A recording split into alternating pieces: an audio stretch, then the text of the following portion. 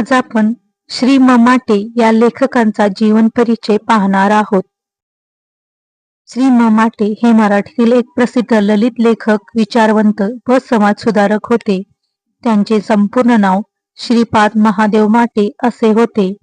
त्यांचा जन्म 2 सप्टेंबर 1886 रोजी विदर्भातील शिरपूर या गावी झाला.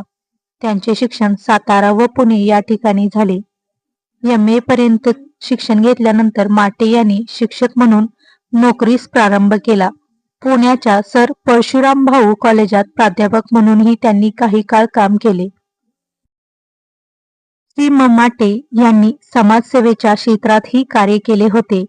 ते एक कर्ते समाजसुधारक होते. अस्पृश्यता निवारणाच्या कार्यात त्यांचा सक्रिय सहभाग होता.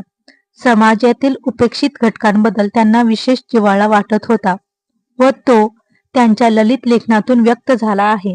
ते विज्ञाननिष्ठेबद्दलही प्रसिद्ध होते. आकर्षक मांडणी, मार्मिक शब्दकळा व आंतरिक जिव्हाळा ही माटे यांच्या लेखनाची खास वैशिष्ट्ये समजली जातात. मानवी जीवनाविषयी अपार प्रेम व करुणा यांमुळे त्यांचे लेखन हृदयस्पर्शी झाले आहे. येथील समाजातील उपेक्षित जमातीमधील व्यक्तींचे आपल्या कथांमधून त्यांनी प्रत्येकारी चित्रण केले आहे. श्री ममाटे यांनी केसरी प्रबोध, महाराष्ट्र सांवत्सरिक आणि विज्ञानबोध या ग्रंथाचे संपादन केले होते. रोहिणी मासिकाचे संपादक म्हणूनही त्यांनी कार्य केले होते.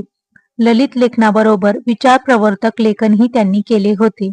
आपल्या विपुल लेखनाद्वारे त्यांनी मराठी साहित्यात महत्त्वपूर्ण भर घातली आहे. 1943 मध्ये सांगली येथे भरलेल्या अखिल भारतीय मराठी साहित्य संमेलनाचे अध्यक्ष म्हणून त्यांची निवड झाली होती. श्री ममाटे यांनी लिहिलेल्या ग्रंथापैकी महत्त्वाचे ग्रंथ पुढील प्रमाणे आहेत. अस्पृश्यांचा प्रश्न, रसवंतीची जन्मकथा, संत पंत व तंत, परशुराम चरित्र, गीता तत्व विमर्श, रामदासाचे प्रपंच विज्ञान, साहित्यधारा, विचारशलाका, विचारमंथन, भावनांचे पाझर, उपेक्षितांचे अंतरंग, माणुसकीचा गहिवर, अनामिका, आजकालचे विद्यार्थी इत्यादी. श्री ममाटे यांचा मृत्यू 25 डिसेंबर 1957 रोजी झाला. धन्यवाद.